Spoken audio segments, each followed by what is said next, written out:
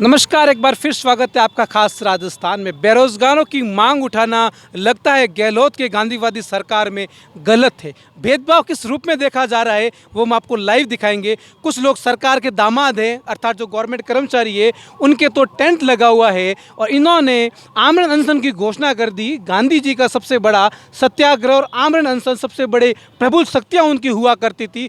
आमरण अनशन इन युवाओं के लिए कर रहे हैं। जिस प्रकार से सरकार राजनीति का गेम खेल रही है वो सरकार को कहीं महंगा न पड़ जाए, फिर वो चाहे यूपी चुनाव हो या राजस्थान में उपचुनाव को लेकर। क्या कुछ अपडेट है हाल ही में उपेंद्र यादव से, आपको लाइव जानते हैं। क्या कुछ वार्ता हुई, बातचीत हुई और क्या दौर रहा दिन का? देखो, वार्ता के लिए हमने साफ मना कर दिया था। वार्ता सीएम साहब से मिल ली, मंत्रियों से मिल ली। वार्ता का खेल बहुत हो गया। अब हमें परिणाम चाहिए, आसपास से नहीं चाहिए। इसलिए आमरण अनशन पे मैं बैठ चुका हूँ, सुबह से बैठा हुआ हूँ और हम सब लोग यहाँ रुके हुए हैं और आर पार की लड़ाई का ऐलान किया है।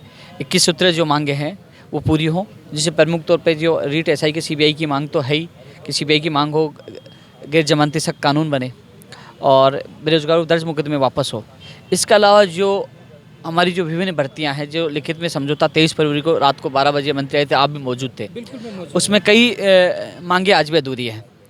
पिछले कई दिनों से, यानी कि 100 दिन से ज़्यादा हो चुके हैं, बीकानेर में रीट शिक्षक भर्ती 2018 के भर्ती पूरी करने को लेकर धरना दे रहे हैं। मामला न्यायालय में, सरकार की तरफ से एडवोकेट नहीं जा रहा है, लापरवाही है शिक्षा विभाग की। और मंत्री जी कहते हैं कि हमारे विभाग में हम जल्दी से काम करें, भर्तियाँ आएंगी, ये आएंगी। तो आज वो बेरोजगार परेशान है। वहीं शिक्षा विभाग की हम और बात कर लें, जो कातर जनसभा हुई थी सुजानगढ़ में, तो काफ़ी बेरोजगार वहाँ गए थे। तो मंत्री जी ने युवाओं से कहा कि आप तो बूथ मजबूत कर रहे, आपका काम हो जाएगा। 600 निवासी पद कम कर दिए गए थे स्कूल व्याख्याता भर्ती में, MBC AWS के है 14%। तो बोले आपकी, मेरा फ़ोन आएगा, आपके फ़ोन की घंटी बजेगी।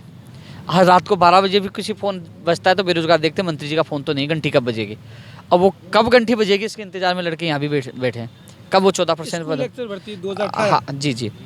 तो वो घंटी बजे और उसके पद बढ़े, मंत्री जी का वादा पूरा।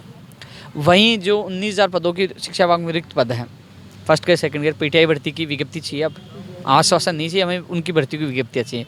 कंप्यूटर भर्ती का सिलेबस और विज्ञप्ति चाहिए। 28 जून को उन्होंने ट्वीट किया था कि अगले वीक में सिलेबस विज्ञप्ति जारी हो जाएगी। वो 28 जून से देख लो अब क्या हो गया, 1.25 महीना बीत चुका, अभी तक कुछ हुआ नहीं। इसके अलावा हम आते हैं प्रयोगशाला सहायक भर्ती चिकित्सा विभाग की 1534 पे, टेक्निकल हेल्पर भर्ती की मांग कर रहे हैं, पंचायत राज जैन भर्ती की मांग कर रहे हैं। और SI भर्ती और रीट वाला तो बड़ा मुद्दा है ही, उसमें तय तक जाएंगे तो बड़े हाथी भी इसमें निकलेंगे, है ना। और पंचायत राज LDC भर्ती है और तमाम। और बता दूं क्या है कि सुबह से हूँ, लंबा मांग पत्र है, 21 सूत्रों का मांग पत्र है, कई बेरोजगारों के सपनों का है। नेताओं से वादे थे, वो वादे इनको पूरा करना पड़ेगा। उनके लिए हम लगातार संघर्ष कर रहे हैं। हम चाहते हैं कि वीडियोग्राफी और बायोमेट्रिक हो आने वाली भर्ती परीक्षाओं में। गैर जमानती कानून ऐसा हो कि जमानत नहीं मिले, 10 से 20 साल की सज़ा हो और उनकी सारी संपत्तियाँ जब्त हो। ये कानून सरकार तुरंत लेके आए, इसमें देरी नहीं करनी चाहिए। ये मेरी मांग पहले भी थी, आज भी, और इसके लिए मैं जी जान लगा रहा हूँ। बेरोजगार दर्ज मुकदमे भी वापस हो। और इसके अलावा जो प्रयोगशाला सहायक मैंने बता दिया, जिसमें एक व्यक्ति इस दुनिया में नहीं रहा अभी, 1534 पदों की ये भर्ती है, आज भी लंबित 2018 से। टेक्निकल हेल्पर जो पहले बजट में 6000 पदों पर घोषणा की थी, अब 1512 पदों पर पद स्वीकृत हुए, लेकिन अभी तक इसकी विज्ञप्ति जारी नहीं है। जबकि मंत्री ने वादा सितंबर के लिए गया था, वो वादा अधूरा है। तो वो वादा याद दिलाने के लिए हम यहाँ बैठे हुए हैं। रीट 2018 मैंने बता ही दिया, सरकार इसमें मजबूती से पैरवी करवाए, प्रार्थना पत्र लगाए और जोधपुर हाईकोर्ट में सुनवाई करवाकर इनको दीपावली का तोहफा दे। इसके अलावा 2012 अधिक अंक वाला मामला है, इसमें सरकार सुप्रीम कोर्ट में एफिडेविट देकर इनका भविष्य भी बचाए। वहीं पंचायत राज LDC है, फार्मासिस्ट की 5 बार परीक्षा तिथि स्थगित हुई है, इसकी परीक्षा तिथि जारी हो। और पंचायत राज जैन भर्ती भी 13 साल में आज तक नहीं आई, वो पूरी हो। तमाम मांग जो है, जो हमारी ये लिखित में भी है, लिखित सरकार से मिले। चिकित्सा विभाग में रिक्त पद जैसे रेडियोग्राफर, लैब टेक्नीशियन है, नर्सिंग भर्ती है, नृत्य सहायक है, वार्ड बॉय है, OT टेक्नीशियन, इनकी नई भर्तियों की विज्ञप्तियाँ जल्द से जल्द जारी हो, लिखित परीक्षा हो। इसके अलावा पशुधन सहायक, जलदारी, TRA, जूनियर अकाउंटेंट, APRO, सूचना सहायक, राजस्थान पुलिस कांस्टेबल, मोटर वाहन, इनकी विज्ञप्तियाँ भी जारी हो, जो सरकार ने घोषणा की है। वरिष्ठ अध्यापक भर्ती 2016 का भी मामला है। और बाहरी राज्यों को कोटा समाप्त किया जाए। परिचालक भर्ती 2010-11 भी है, जो चयनित अभ्यर्थी उनकी नियुक्ति आदेश होने, अभी तक सुप्रीम कोर्ट के आदेश के बाद के आदेश नहीं हुए, प्रतियोगी परीक्षा में इंटरव्यू प्रथा भी समाप्त की जाए। तमाम जो 21 सूत्रीय मांगों को लेकर हमने आर पार की लड़ाई का ऐलान किया और सरकार हमारी मांगें नहीं सुनती है तो गंभीर परिणाम पूरी कांग्रेस सरकार को भुगतना पड़ेगा। आने ये जो आग की लपटें वल्लभ नगर और दरियाबाद भी जाएगी और बड़ा मामला होता नहीं सुनते तो हम वापस उत्तर प्रदेश भी कुछ करेंगे। यूपी चुनाव की ओर बिल्कुल हमारी प्लानिंग रणनीति बड़े रणनीति के साथ मैं यहाँ माँ पड़ाव पे अमर अनशन पे बैठा हूँ। कुछ लोग हमारे उपचुनाव में भी जा सकते हैं, उत्तर प्रदेश भी जा सकते हैं। आर पार की लड़ाई के मूड में आए हैं, आर पार की लड़ाई लड़ेंगे, हमें आश्वासन नहीं परिणाम चाहिए। सरकार के प्रति दोगला व्यवहार क्यों होता है? एक तरफ पास में सरकार के जो नुमाइंदे हैं, कर्मचारी है, क्या वो सरकार के दामाद है जिनके लिए टेंट की व्यवस्था है? और आपने टेंट की जो व्यवस्था की बात की तो पुलिस ने मना कर दिया। देखो ये चीज़ तो देखनी पड़ेगी कि आज पुलिस प्रशासन ने टेंट नहीं लगाने दिया, उसके विरोध में मैं पूरे दिन भर धूप में बैठे रहे, मेरा साथी बैठा रहा, मैं बैठा रहा और धूप में हमने पूरा दिन निकाला है और पुलिस प्रशासन ने साफ मना कर दिया। हमारी गाड़ी भी आई थी टेंट की, मना कर दिया नहीं लगाने देंगे। दूसरी तरफ आपने देखा कि इन्होंने टेंट लगा रखा है, लेकिन कब तक अत्याचार चलेगा? हम अत्याचार बर्दाश्त नहीं किया, आर पार की लड़ाई का ऐलान कर दिया। मुझे जेल में डालेंगे, बाहर आऊँगा, फिर संघर्ष करूँगा, जेल में डालेंगे, बाहर आऊँगा, रुकूंगा नहीं। हालात गंभीर सरकार के हो जाएंगे, परिणाम भी इनको गंभीर मिलेंगे। इसलिए माननीय मुख्यमंत्री जी से निवेदन है कि आप जरूर सुने। हम वाजिब मांगों के लिए जो मंत्रियों ने वादे किए थे, जो लिखित में दिया था, उन मांगों के लिए हमारा संघर्ष जारी है। सीबीआई की जांच करवाए, मंत्री जी को घबराने की आवश्यकता नहीं है। मंत्री जी को तो आगे आकर जांच करवानी चाहिए। क्यों करवानी चाहिए आगे जांच? क्योंकि आने वाली भर्ती परीक्षा में पारदर्शिता रहेगी, साफ उनकी भी छवि साफ सुथरी बनेगी। या कुछ हुआ ही नहीं तो जांच देने में दिक्कत नहीं, सीबीआई की जांच उनको तुरंत दे देनी चाहिए। जैसे मुझे भी किसी ने चैलेंज दिया, मेरे पर आरोप लगाया तो मैंने चैलेंज दिया कि हाँ मैं हिंदुस्तान छोड़ दूंगा क्योंकि मैं मेरी जगह सही था, तो तुरंत मैं जवाब दिया। तो मंत्री जी को जवाब देना चाहिए, सीबीआई की जांच करवानी चाहिए। दूध का दूध पानी का पानी हो जाएगा। मैं भी भर्ती की मांग एक बार भी नहीं की, ना कर रहा हूँ मैं मांग, मत करो भर्ती रद्द, लेकिन जांच होनी चाहिए। सीबीआई से जांच कराओ, दूध का दूध पानी का पानी हो जाएगा। गड़बड़ी होगी तो रद्द हो जाएगी, गड़बड़ी नहीं तो परिणाम आ जाएगा, ज्वाइनिंग मिल जाएगी। इसमें पता तो चले कौन कौन लिप्त है, कहाँ कहाँ पेपर गया है, एक दिन पहले पेपर आया, कौन मुखिया है, कौन राजनेता लिप्त है। मैं उन तक पूछना चाहता हूँ और उन लोगों को जेल में डलवाना चाहता हूँ। ये मेरी मंशा है। सख्त कानून भी बनाना चाहता हूँ, बेरोजगार उद्देश्य मुक्ति में वापस भी हो।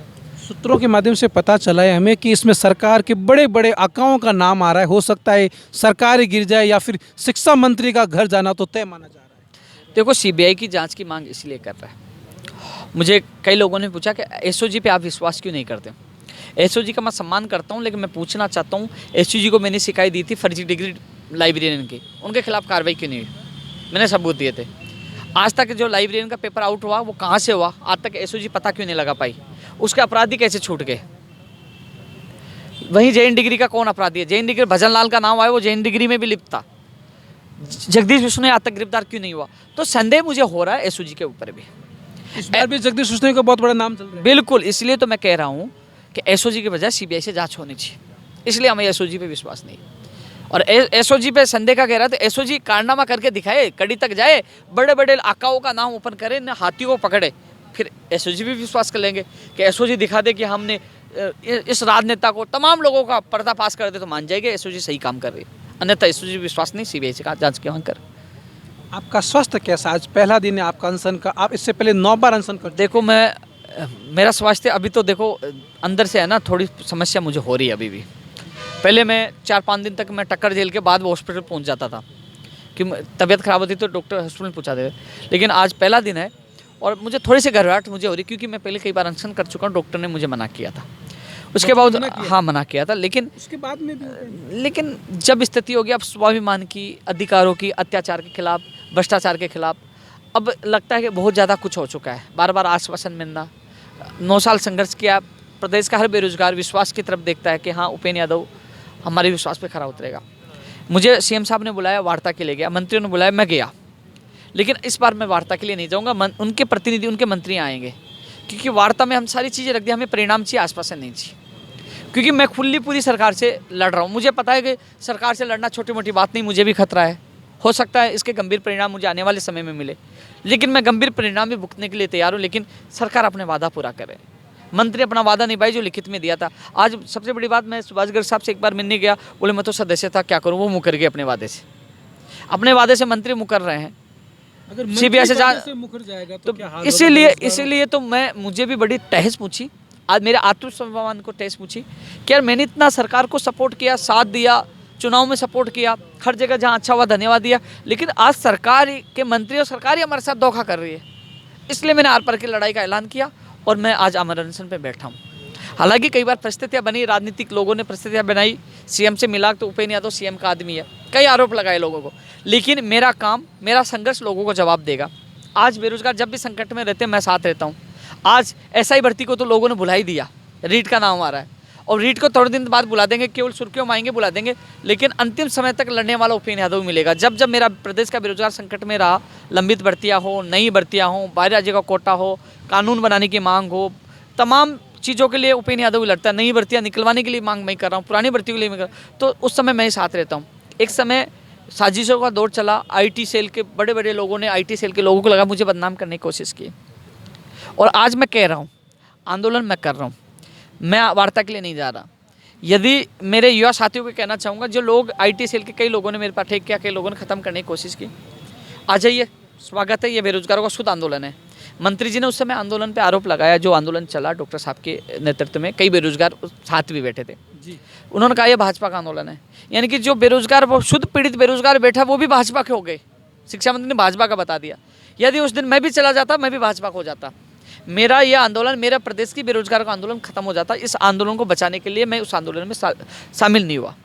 आज शिक्षा मंत्री जी क्या जवाब देगा? आपके चैनल के माध्यम से पूछा हूँ, शिक्षा मंत्री जी आप बता दीजिए। अब तो शुद्ध पीड़ित बेरोजगारों का आंदोलन, दीजिए जवाब, आइए करिए न्याय। अब आप आरोप नहीं लगा सकते, ना आंदोलन को खत्म कर सकते हो। ये मेरी रणनीति थी नहीं जाने का। लेकिन उस समय कई लोगों ने मुझे भी टैक्स पूछाई, आत्मसम्मान को मुझे भी टैक्स पूछी। जब 9 साल मैंने संघर्ष किया, 2 लाख से ज़्यादा लोगों, बेरोजगारों को रोजगार मिला, लोगों के लिए लड़ा। आज मैं भूखा यहाँ बैठा हूँ, मुझे डॉक्टर ने चेतावनी दी, उसके बावजूद भी इसलिए बैठा हूँ कि मेरा प्रदेश का बेरोजगार गुमराह नहीं हो, मेरे प्रदेश के बेरोजगार के साथ न्याय हो, उनके सपनों को कोई बेचे नहीं, भ्रष्टाचार नहीं हो, क्योंकि गैंग ये खत्म होनी चाहिए, इनकी कड़ी ये टूटनी चाहिए। इन सब मांगों को लेकर हम लड़ाई लड़ रहे हैं। तो अब धीरे धीरे सब प्रदेश के बेरोजगारों को पता चल गया कि आईटी सेल के वो लोग थे, लेकिन अब सब लोग गायब हो गए। जब मेरा बेरोजगार आज यहाँ बैठा, सब लोग गायब हो जाएंगे, क्योंकि उनको पता है कि कुछ समय के लिए माइलेज लेके जाना, लेकिन जब भी बेरोजगार संकट में रहेगा मैं साथ था, आगे भी रहूँगा और अंतिम समय तक लड़ता रहूँगा। कुछ विरोधियों के आप पर आरोप भी हैं कि मुख्यमंत्री जी के खिलाफ कुछ नहीं कहते, लेकिन आज तो आपने खुली चेतावनी दे दी सरकार को और आमरण अनशन पर बैठ के उन लोगों के लिए 2 टूक शब्दों में क्या कहना चाहेंगे? देखो, मैं उन विरोधी किसी को मानता नहीं, और मैं सिर्फ मेरे बेरोजगारों के लिए जीता हूँ, उनके लिए मरता हूँ। मैं पूरी सरकार को अल्टीमेटम दे रहा हूँ, चेतावनी दे रहा हूँ, गंभीर परिणाम पूरी कांग्रेस को भुगतना पड़ेगा यदि बेरोजगारों की हमारी मांगों को नहीं माना तो। चाहे उत्तर प्रदेश जाना पड़े, चाहे दरियाबाद जाना है, हम पीछे नहीं हटेंगे। आर पार की लड़ाई के मोर्चे में आया हूँ। अब ये लड़ाई बेरोजगारों के अधिकारों की है, बेरोजगारों को न्याय मिले उसकी है, बेरोजगारों के स्वाभिमान की है, और ये अब लड़ाई बहुत दूर तक जाएगी। यदि सरकार ने समय रहते हमारी मांगे नहीं मानी तो गंभीर परिणाम कांग्रेस सरकार को भुगतना पड़ेगा। पिछले आंदोलन में भी रात को मंत्री आते हैं 12-1 बजे, धरना समाप्त करवा लेते हैं। इस बार ऐसी कोई हरकत आपको महसूस होगी कि आप करवा लेंगे या पक्का आर पार भी लड़ेंगे? देखो, पिछली बार हम लोग गए थे, उठ के बुलाया था वार्ता के लिए, बिल्कुल हमारा डेलीगेशन 1 बार नहीं 3 बार गया था, लेकिन इस बार हमने वार्ता के लिए साफ मना कर दिया। वार्ता यहाँ धरना स्थल पर ही होगी, कोई आएगा तो यहीं वार्ता होगी, अन्यथा चाहे मुझे इस आंदोलन के दौरान, अनशन के दौरान यदि मुझे जान भी देनी पड़े तो मैं पीछे नहीं हटूंगा। आर पार की लड़ाई के मोर्चे में आया हूँ। तो ये कहना था उपेंद्र यादव का कि इस बार तो आर पार की लड़ाई ही हम लड़ेंगे। आप पल पल की अपडेट खास राजस्थान पर लाइव देखते रहिए। सहयोगी रमेश देगड़ा के साथ मैं कुलदीप चारण, शहीद स्मारक, जयपुर।